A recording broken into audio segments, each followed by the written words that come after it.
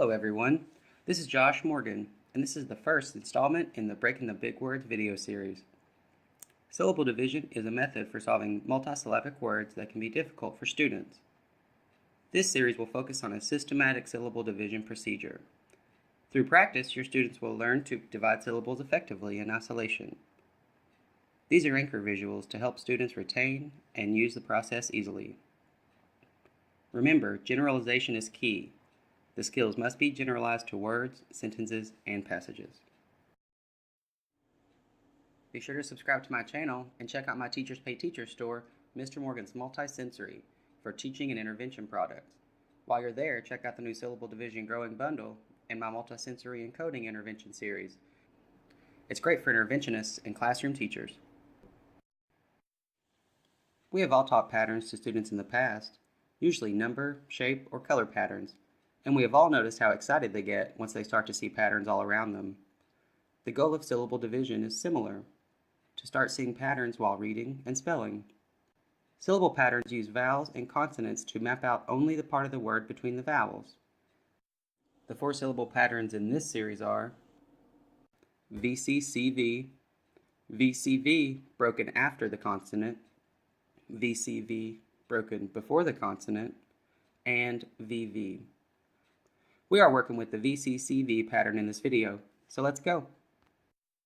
Students label syllable types during syllable division to determine the most likely phonics skill to use.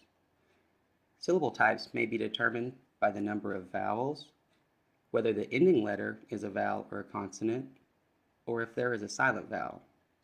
There are 6 syllable types we will be working with in this series. Many will be familiar. We will work with closed, open, magic E, vowel pairs, bossy R, and consonant LE syllables. Let's start with closed. There are 3 main characteristics of a closed syllable. I will demonstrate these with the closed syllable, dog.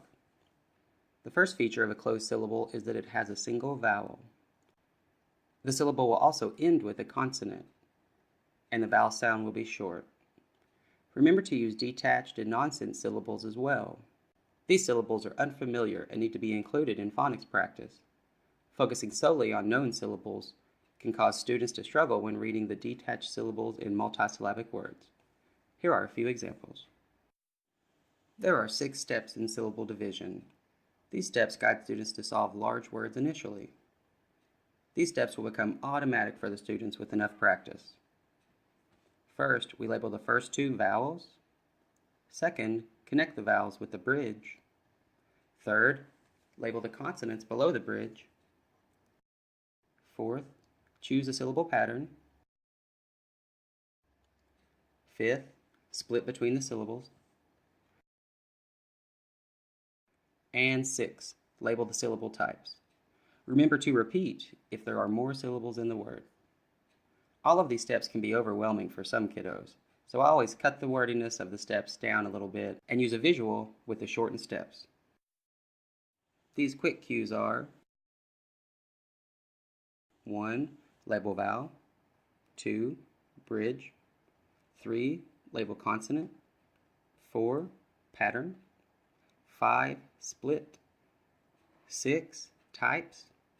And repeat if necessary.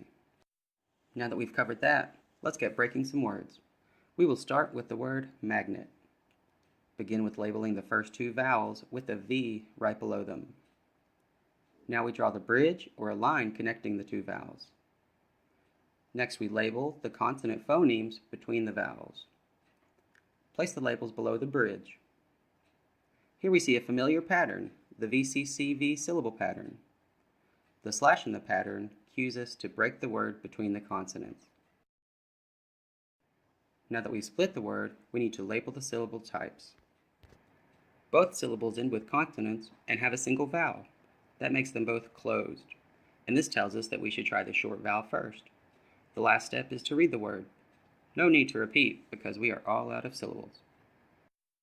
The next word we will break is Cashbox. We will start by labeling the first 2 vowels. Then draw the bridge to cue us to look between the vowels. Label the consonants between the vowels. Wait, There are 3 consonants. None of the syllable patterns that we've looked at have 3 consonants. What do? Just remember, we label the consonant phonemes between the vowels. SH is a consonant digraph, which means the 2 letters make one sound or a phoneme. So we underline the digraph to remind us to label the consonants like this. Now we see the familiar syllable pattern. With the syllable pattern, we know where to break the words, right between the 2 consonant sounds. Now we have to decide the syllable types. Both end with a consonant and have a single vowel, so they are closed syllables. The last step is to sound out each syllable and blend the 2 into the word.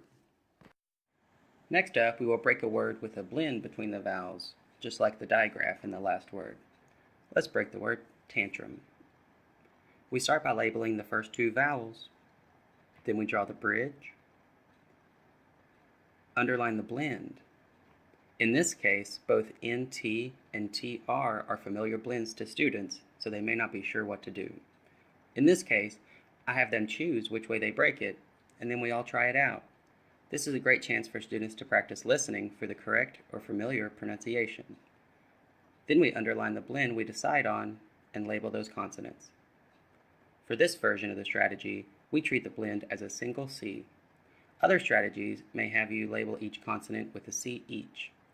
We know the syllable pattern now, and we know where to split the word, right between the consonant sounds. Each word has a single vowel and ends with a consonant. We label these as closed and decode the word with short vowels to make sure it is correct. With the extra letter sounds in the blends, it is important to model decoding each syllable separately as you introduce each new syllable pattern and type.